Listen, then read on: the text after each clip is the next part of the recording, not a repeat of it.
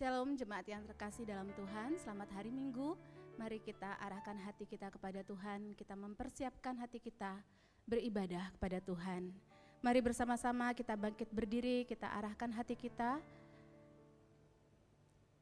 Kita masuki ibadah pagi hari ini dengan pengakuan pertolongan kita datangnya dari dalam nama Tuhan yang menciptakan langit dan bumi, yang kasih setianya kekal untuk selama-lamanya, dan yang tidak pernah meninggalkan pekerjaan tangannya. Turunlah kasih karunia dari Allah Bapa kita, kasih sayang dari Tuhan Yesus Kristus, serta persekutuan dengan Roh Kudus menyertai ibadah kita saat ini. Amin. Mazmur 103 ayat yang pertama dan kedua, dari Daud, pujilah Tuhan hai jiwaku, pujilah namanya yang kudus hai segenap batinku. Pujilah Tuhan, hai jiwaku, dan janganlah lupakan segala kebaikannya. Mari kita berdoa. Bersatu hati kami anak-anak-Mu datang di hadapan-Mu saat ini ya Tuhan. Kami berjalan bersama Tuhan sepanjang minggu ini dan kami tahu ada banyak hal yang kami kerjakan mungkin tidak berkenan di hadapan Tuhan. Kami memohon terlebih dahulu Tuhan Engkau menyucikan dan menguduskan kami, melayakkan kami untuk kami dapat memuji, menyembah Tuhan, memberikan persembahan syukur kami kepada Tuhan dan mendengarkan kebenaran firman-Mu. Ya Tuhan, berkatilah setiap kami pribadi lepas pribadi, kami bersyukur karena Tuhan menyertai kami dan kami masih boleh beribadah saat ini. Berkati seluruh pelayan yang ambil bagian dan tolonglah kami semua. Kami siap ya Bapa memuji Engkau, kami siap beribadah kepada Engkau. Di dalam nama Tuhan Yesus Kristus kami berdoa dan bersyukur. Amin. Shalom Bapak Ibu Jemaat yang ada di rumah. Mari kita siapkan hati kita mau masuk ke bait ini dengan hati yang penuh ucapan syukur karena Dia begitu baik dalam hidup kita. Datanglah ke bait. Dengan hati bersyukur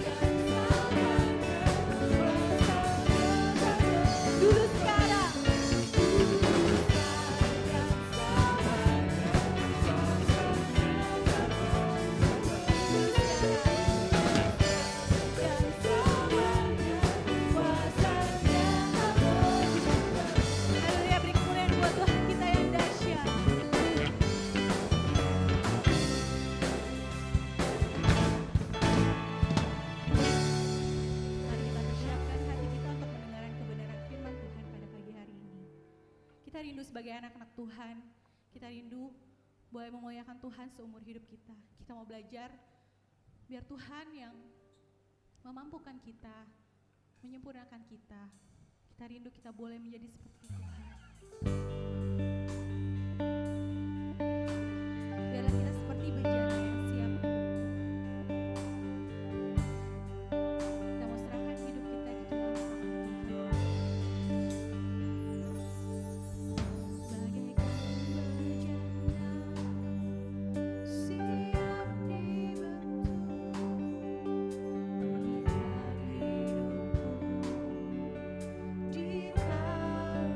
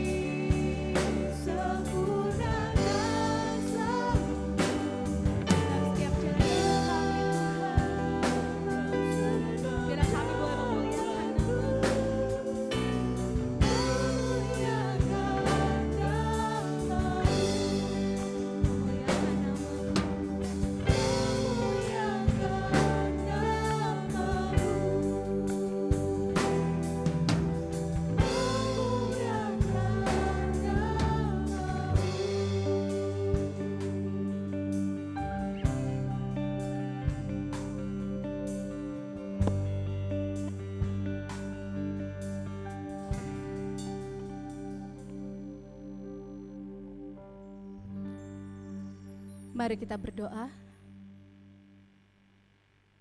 Seperti pujian yang kami naikkan ya Tuhan, biarlah kami belajar dan terus belajar untuk menjadi pribadi-pribadi yang mau menyenangkan hati Tuhan. Tolonglah kami ya Bapa, dan biarlah setiap kali kami berkesempatan mendengarkan kebenaran firman-Mu, firman itu mendidik kami, mengajarkan kami, untuk kami terus diperbarui dalam Tuhan. Semakin indah, semakin sempurna di hadapan Tuhan.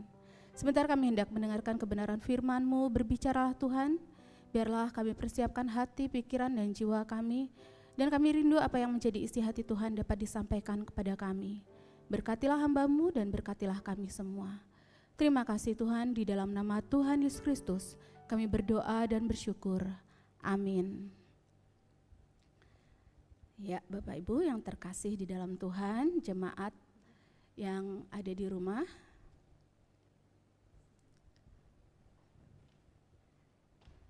firman Tuhan hari ini terambil dari Roma 12 ayat yang pertama dan ayat yang kedua.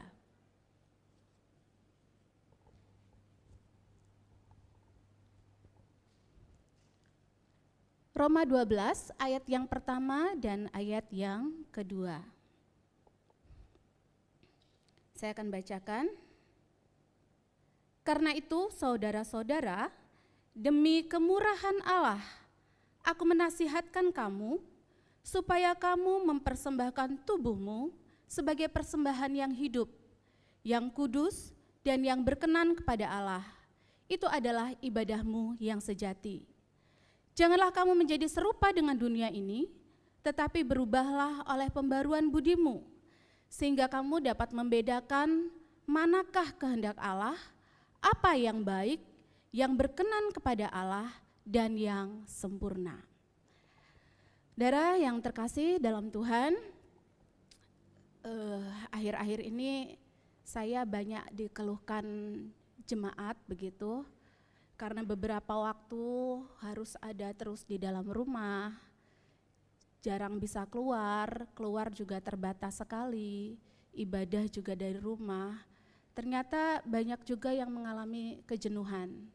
Ternyata ibadah di rumah awalnya terasa menyenangkan karena pagi-pagi tidak harus langsung cepat-cepat mungkin dandan dan sebagainya, masih harus melakukan perjalanan untuk ke gereja. Kali ini lebih tenang, tidak usah terburu-buru, siap di depan layar, TV, laptop, apapun itu, lalu kita mulai beribadah. Tapi dalam perjalanan waktu mulai terjadi kejenuhan. Bahkan beberapa bilang, entah saya jenuh sekali, kapan gereja dibuka, kapan saya bisa beribadah. Sebenarnya ada harapan juga gereja bisa segera dibuka, tapi ternyata melihat kondisi yang ada untuk kasus COVID ini, semua di luar prediksi, kemungkinan untuk kita kembali beribadah di gereja bersama-sama bertemu dengan jemaat kemungkinannya kecil sekali dan masih jauh. Dan cukup mengkhawatirkan juga dengan beberapa prediksi pakar ekonomi yang mengatakan bahwa sebentar lagi kita akan resesi. Resesinya bukan seperti yang dikatakan Presiden, peningkatan penurunan ekonomi sampai 4%. Nah, kalau yang digambarkan ini adalah resesi krisis ekonomi seperti tahun 98. Saya ingat sekali tahun 98 karena saya waktu itu sudah di asrama sekolah teologi ya. Harga bahan pangan itu bisa 2 kali lipat naiknya. Uang makan kami yang sebelumnya, seingat saya waktu itu hanya Rp650, harus dinaikkan 1.200, itu pun dibelanjakan, dikelola setengah mati. Benar-benar lauk itu sederhana, bahkan beberapa teman beasiswa terhenti, dan itu kondisinya benar-benar mengkhawatirkan, menakutkan. Dan tentu saja saya juga membayangkan seandainya resesi ini bisa kembali terjadi seperti tahun 98, itu menakutkan sekali. Tapi Bapak Ibu Saudara yang terkasih dalam Tuhan, bukankah justru dalam masa-masa ketakutan seperti ini, masa-masa kekhawatiran seperti ini, itu adalah saat untuk kita semakin mendekat kepada Tuhan, itu adalah saat di mana kita seharusnya makin mencari Tuhan, makin berseru kepada Tuhan, dan makin mengandalkan segala sesuatunya itu dalam kekuatan Tuhan. Ya, kita terus harus berdoa, terus harus berkata kepada diri kita sendiri, walaupun aku jenuh, walaupun aku sudah tidak nyaman dengan kondisi yang terjadi, walaupun peribadatan terasa tidak menarik lagi, tetapi karena aku harus mendekat kepada Tuhan, tapi karena aku harus membangun hubungan yang baik dengan Tuhan, dan karena aku masih membutuhkan Tuhan dan sangat membutuhkan Tuhan untuk pemulihan keadaan yang terjadi ini, maka seharusnya apapun yang terjadi, meskipun kejenuhan melanda, keadaan tidak menyenangkan, kita tetap harus datang kepada Tuhan dan beribadah sepenuh hati kepada Tuhan.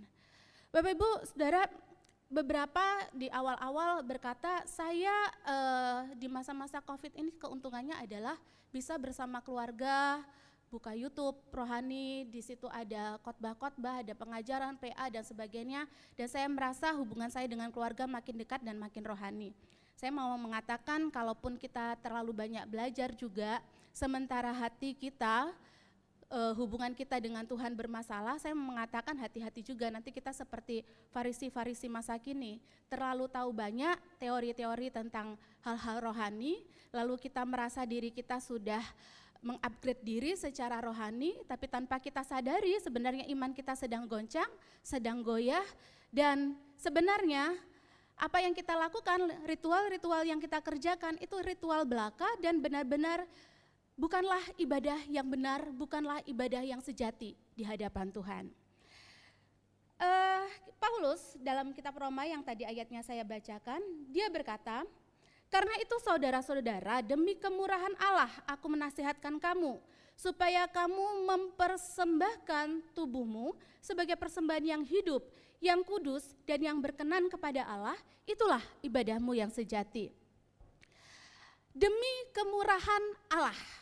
Bagi saya ini kata penting yang seringkali diabaikan ketika membaca ayat ini.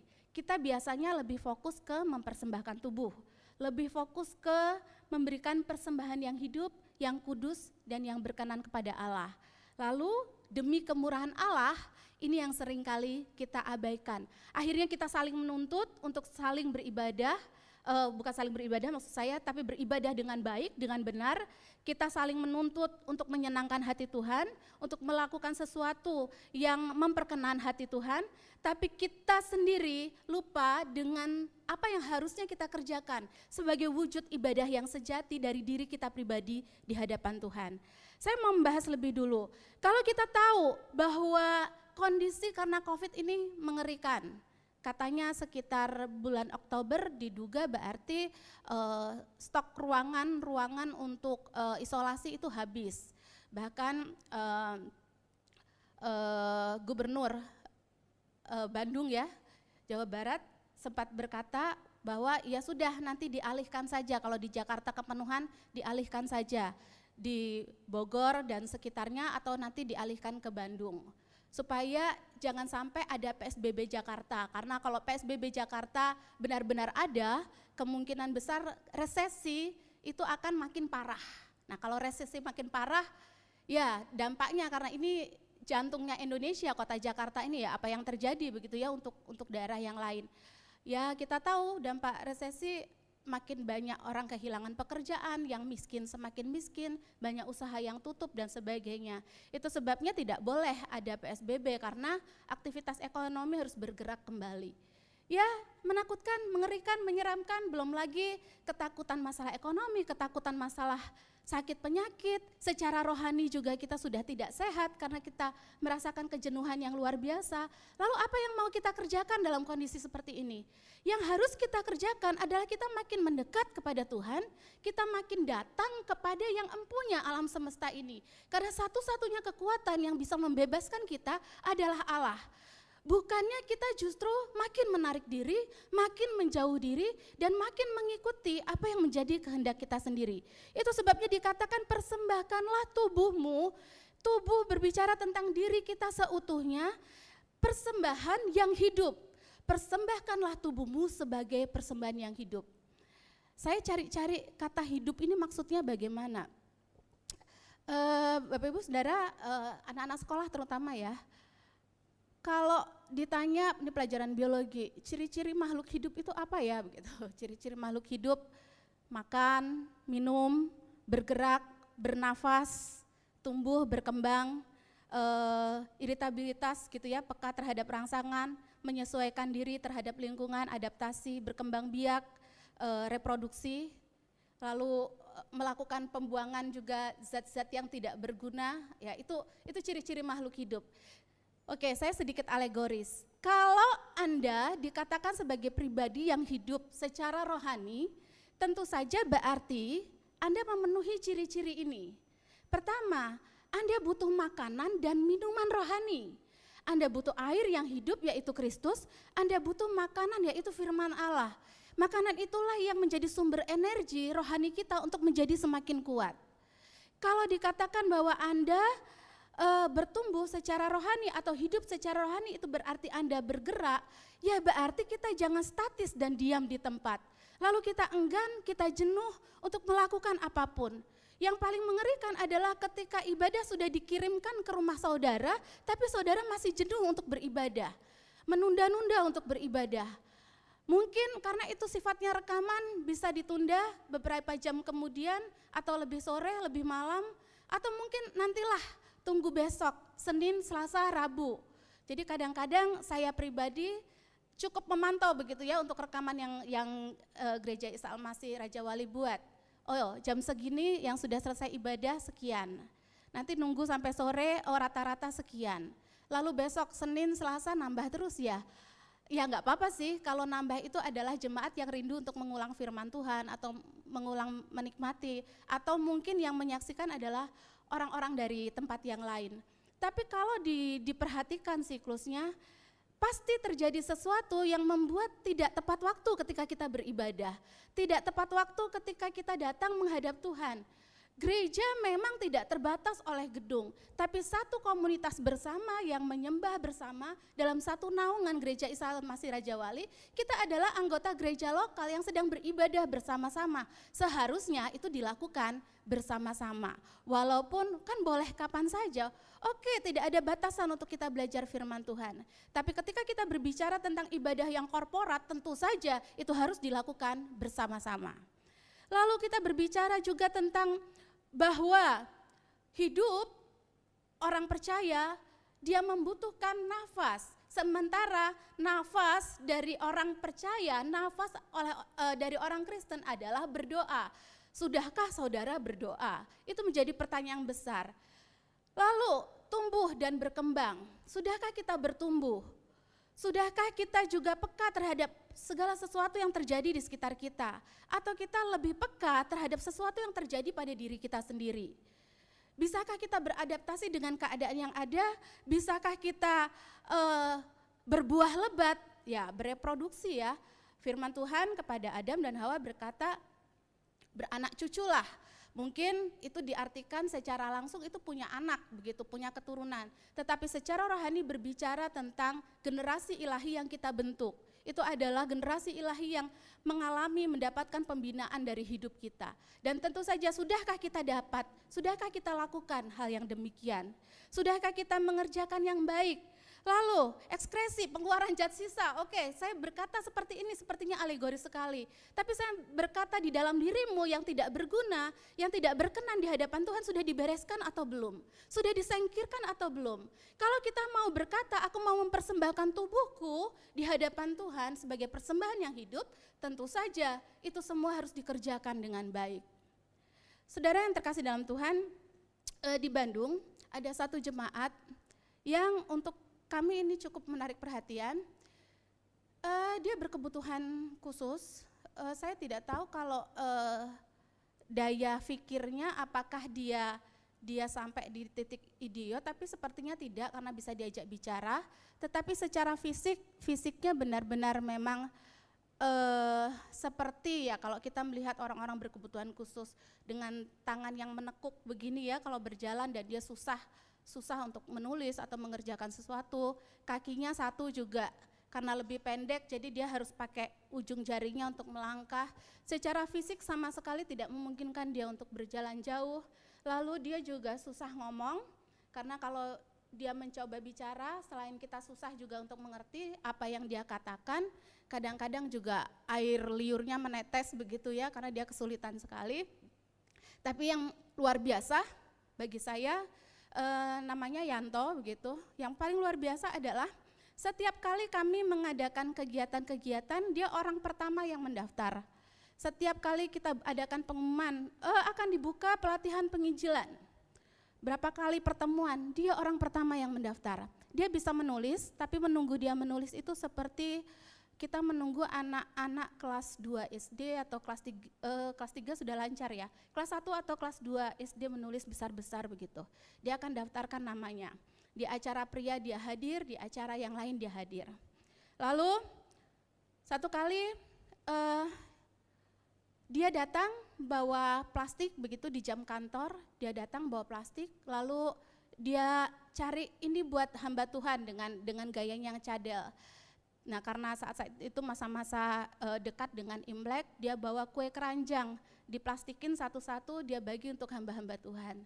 Lalu kami bertanya, Yanto dapat uang dari mana? Dia bilang ada, saya kerja. Nah lalu kami kebetulan saya pindah rumah begitu, ternyata dekat dengan lokasi tempat si Yanto tinggal.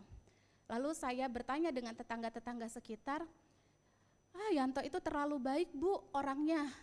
Kadang-kadang dia disuruh orang untuk beli barang misalnya masuk ke Indomaret atau dia beli barang kemana, disuruh lalu dia diupahin, duitnya dia simpen. Kadang-kadang dia diminta membantu mengerjakan sesuatu atau menjaga sesuatu lalu dia dikasih uang. Tapi uangnya sering ditipu orang. Ditipu gimana Bu? Saya tanya. Ya karena dia terlalu baik, kalau ada yang di dekatnya cerita butuh ini butuh itu dia tidak segan-segan kasih uangnya. Oh saya tahu dari mana dia punya uang untuk belikan kami dodol keranjang itu, mungkin juga dari uang hasil dia bekerja. Lalu satu kali di hari Minggu saya dicari orang karena waktu itu saya sedang mengajar katekisasi, lalu saya dicari Bu Cahaya, dicari Yanto. Saya pikir ada apa? Oke, saya bilang nanti sebentar saya ngajar, ternyata dia nunggu. Dia jelaskan sesuatu saya nggak ngerti karena memang dia susah berbicara. Akhirnya Yanto bisa nulis, bisa, ya udah tulis aja. Dari tulisan itu intinya adalah Bu Cahaya, saya kan sudah lulus pelatihan penginjilan. Saya ingin menginjili. Lalu ada seorang bapak yang dia kenal, dia sering diminta untuk menjaga bapak ini. Dia injililah bapak itu. Tapi dia bilang, saya susah bicara. Si bapak enggak ngerti. Ibu Cahaya bisa tolong saya. Carikan orang menemani saya menginjili bapak ini. Hari itu saya terharu habis-habisan. Saya berpikir, ada ya begitu ya orang yang seperti ini. Fisiknya sama sekali tidak memungkinkan, mulutnya juga untuk dia berbicara itu tidak memungkinkan, tapi dia punya kerinduan yang besar untuk memberitakan Injil. Waktu itu saya langsung sampaikan ke rekan-rekan hamba Tuhan, saya bilang siapa yang mau nemenin Yanto untuk menginjili bapak ini. Bapak ini terbaring sakit, Yanto seringkali dimintain tolong sekedar untuk menjaga karena mungkin anak-anaknya sedang bekerja dan sebagainya, minta tolong Yanto yang menjaga. Lalu Yanto bilang, saya mau injili bapak ini.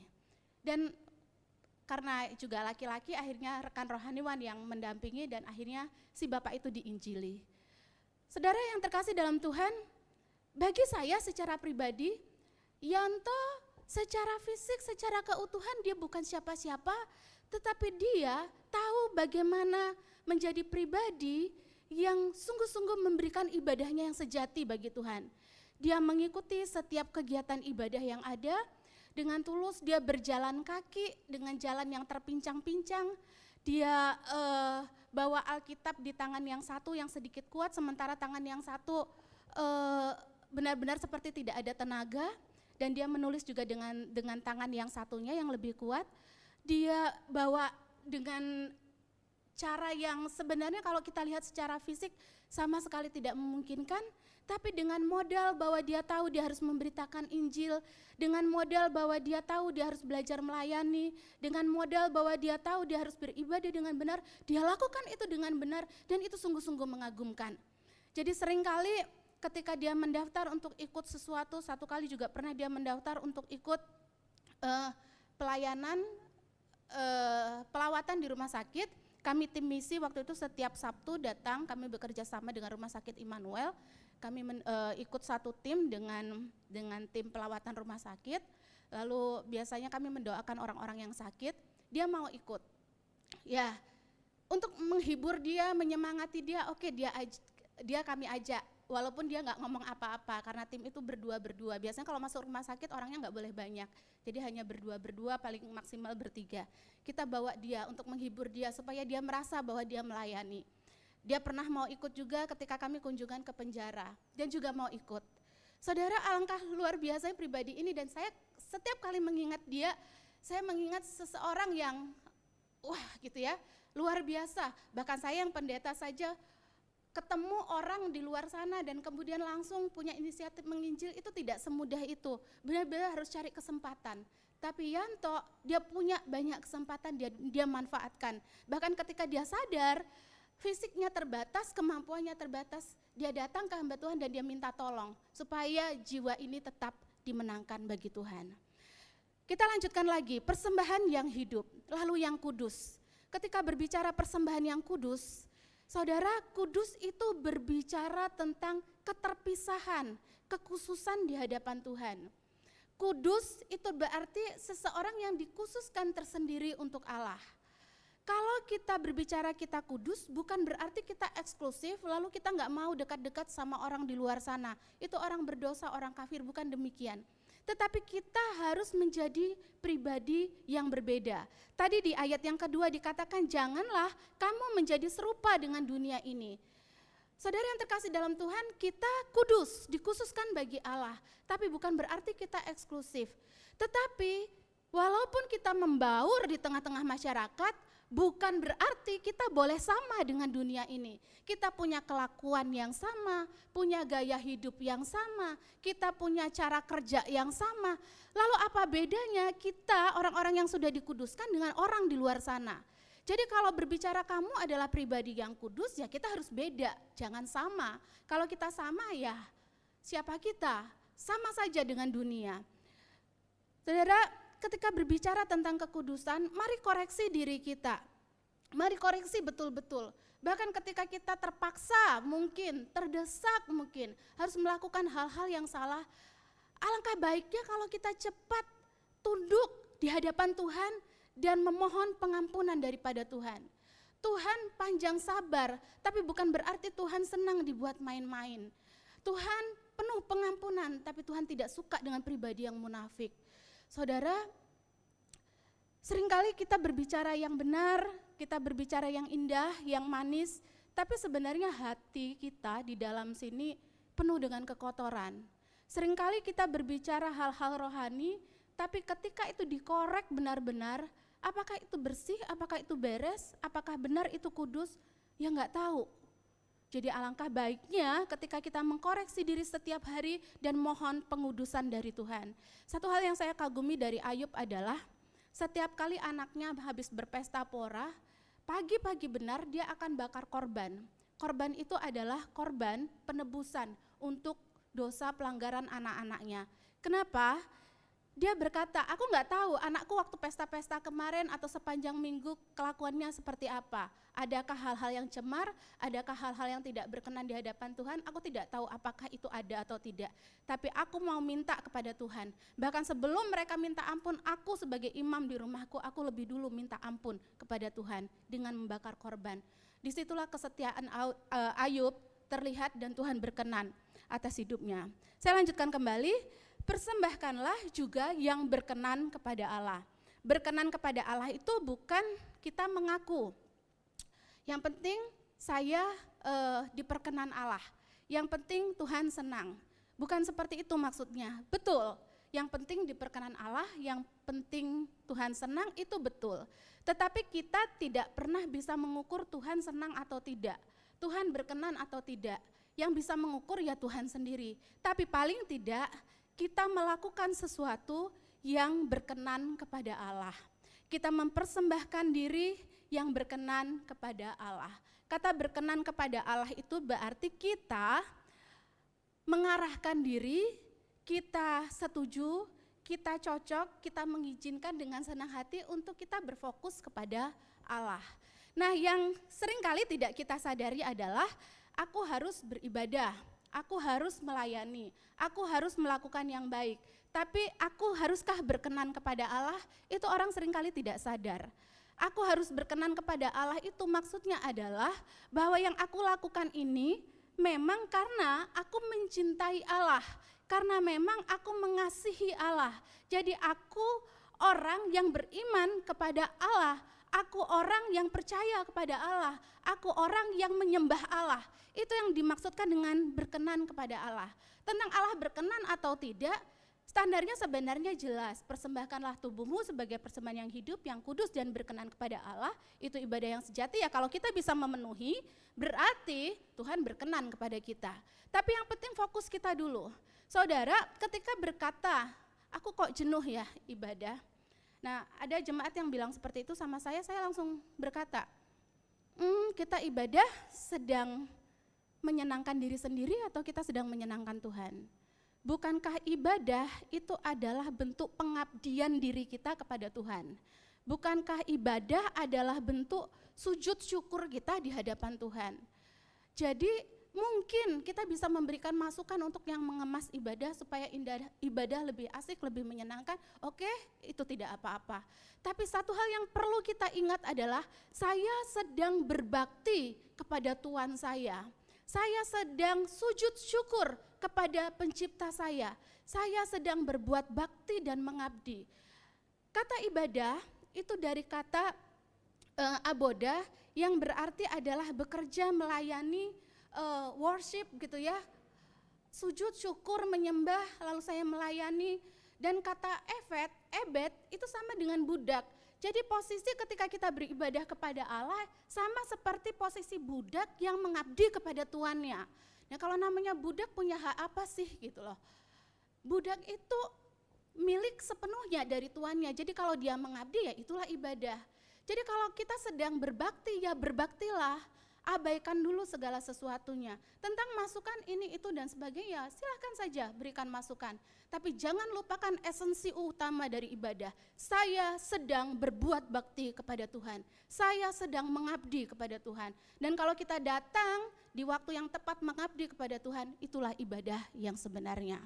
Saudara, sekali lagi saya mau berkata, kalau kita mau memohon kepada Tuhan agar pemulihan negeri ini terjadi, maka jangan pernah lupa beribadahlah dengan benar. Demi kemurahan Allah, demi kemurahan Allah, lakukanlah ibadahmu yang sejati. Jangan pernah engkau berseru, engkau meminta, engkau memohon, bahkan mungkin marah kepada Tuhan. Tapi dirimu sendiri tidak pernah beribadah dengan benar. Engkau tidak pernah melakukan pembaruan budi. Engkau hidupnya terus menerus bukannya maju malah mungkin mundur atau stagnan. Itu juga tidak baik. Engkau berubah menjadi lebih baik, lakukan ibadah yang lebih baik dan mintalah kepada Tuhan agar pemulihan negeri ini terjadi. Kalau engkau butuh Tuhan, beribadahlah dengan benar. Kalau engkau butuh Tuhan, hormati Tuhan Allahmu ketika engkau beribadah. Ibadah bukan sekedar ketika kita bersama-sama mengikuti runtutan liturgia, tapi juga dalam kehidupan kita hari lepas hari. Karena yang disebut dengan pengabdian kepada Tuhan, itu akan kita kerjakan dimanapun kita berada. Entah kita di rumah, entah kita di pekerjaan, entah ketika kita melakukan hubungan dengan lawan jenis kita, entah ketika kita bersahabat dengan orang-orang di sekitar kita, entah ketika kita melakukan kegiatan apapun, bahkan kegiatan sehari-hari ibu rumah tangga. Ada banyak hal, ada banyak alasan untuk kita merasa jenuh, mengeluh, dan kita tidak puas dengan keadaan. Tapi ketika kita sadar, aku adalah hamba Allah yang harus mengabdi kepada Tuhan dan melakukan yang terbaik sebagai ibadahku yang sejati, maka kita akan terus melakukannya dengan berorientasi kepada Tuhan. Tuhan yang akan memberkatimu, Tuhan yang akan memberikan kemurahan dalam hidupmu. Jadi apapun yang akan terjadi ke depan, engkau tidak perlu takut karena engkau punya kekuatan Allah yang begitu memberkati hidupmu. Beribadahlah dengan benar. Kembalilah melihat bahwa Dialah penguasa alam semesta.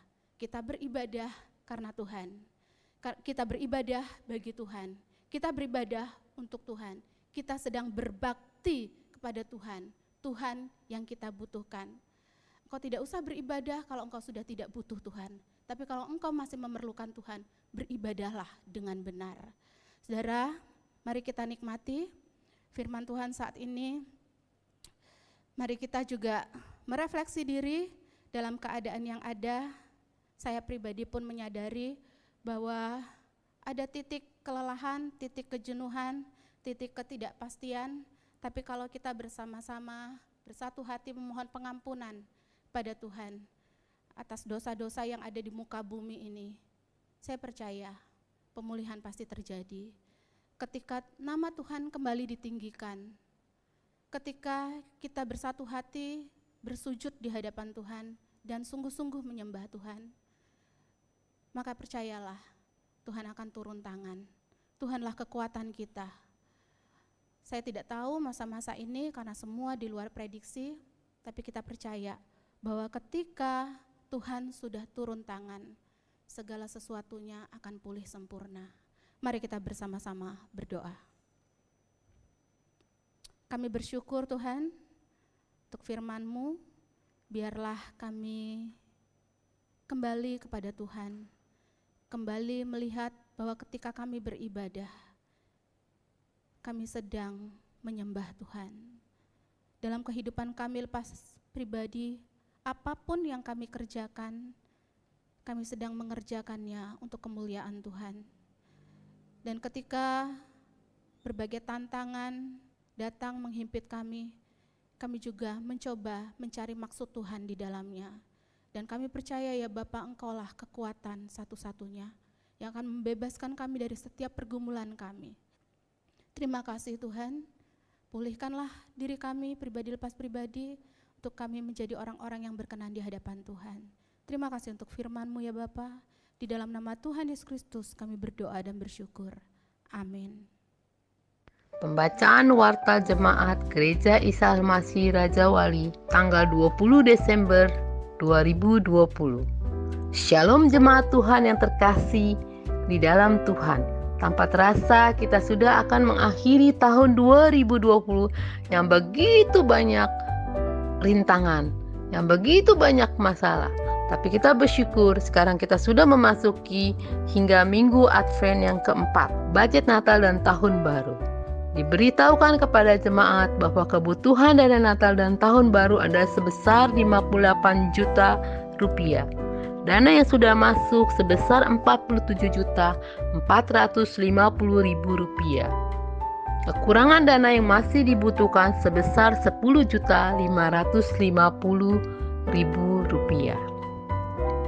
Puji Tuhan, kita juga mendapat persembahan berupa 1 buah mic senilai 13.500.000 rupiah dan 500 pieces masker senilai 9 juta rupiah. Jemaat Giar yang rindu berpartisipasi dalam mendukung kebutuhan dana Natal dan Tahun Baru dapat mempersiapkan persembahan Natal yang disampaikan melalui nomor rekening yang tertera pada layar kaca jemaat. Panitia Natal dan Tahun Baru mengucapkan terima kasih kepada Bapak, Ibu, Saudari yang telah berpartisipasi mendukung kebutuhan dana Natal. Kiranya Tuhan Yesus yang memberkati dan mencukupkan segalanya. Shalom Bapak Ibu, Saudara-saudari Jemaat Giar Raja Wali. Natal itu pastinya selalu ditunggu-tunggu oleh kita semua. Meskipun kita hanya di rumah saja, tenang saja nih. Kita tetap bisa mengikuti dan menghayati ibadah malam Natal pada tanggal 24 Desember 2020 pukul 7 malam waktu Indonesia Barat. Dan kita juga akan sama-sama mengikuti keceriaan ibadah Natal pada tanggal 25 Desember 2020 pukul 5 sore waktu Indonesia Barat. Dan tentunya akan ada surprise yang langsung datang tepat di depan pintu rumah Anda. Dan untuk menutup tahun 2020, kita akan sama-sama mengikuti ibadah tutup tahun pada tanggal 31 Desember 2020 pukul 10:30 malam waktu Indonesia Barat bersama dengan perjamuan kudus, dan siapkanlah yang terbaik untuk memberikan perpuluhan Anda. Ingat, jangan nonton TV sebelah, nonton aja YouTube channel Giar Raja Wali. Bersama-sama mari kita naikkan syafaat kita di hadapan Tuhan. Kami bersyukur Tuhan untuk ibadah hari ini, Tuhan yang menyertai, Tuhan yang memberkati kami. Dan kami tetap berdoa untuk pemulihan atas negeri kami ini Tuhan. Ya Bapa, sudah banyak korban yang berjatuhan karena COVID ini. Dan bukan sekedar korban dari sakit penyakit yang ada, tapi juga korban-korban dari dampak resesi ekonomi yang ada.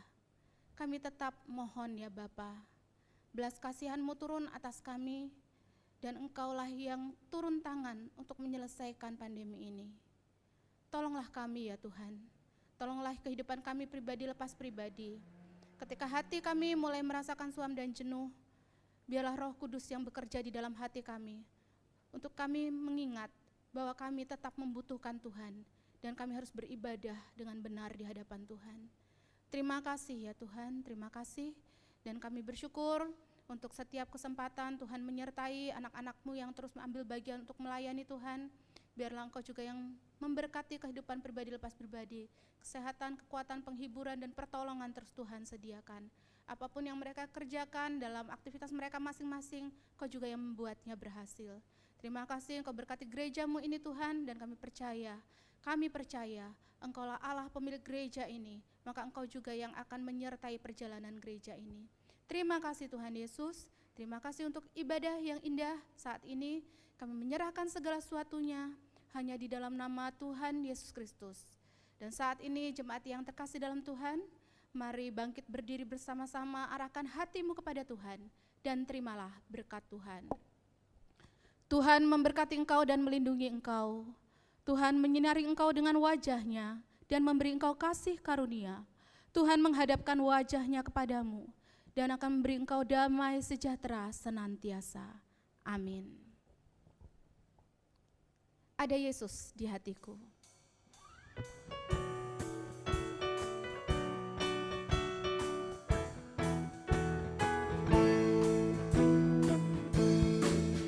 Ada Yesus di hatiku, ada benih kebenaran dalam hidupku. Setiap hari diteguhkan, disegarkan oleh firman-Nya yang hidup. Ada Yesus di hatiku, ada benih kebenaran dalam hidupku.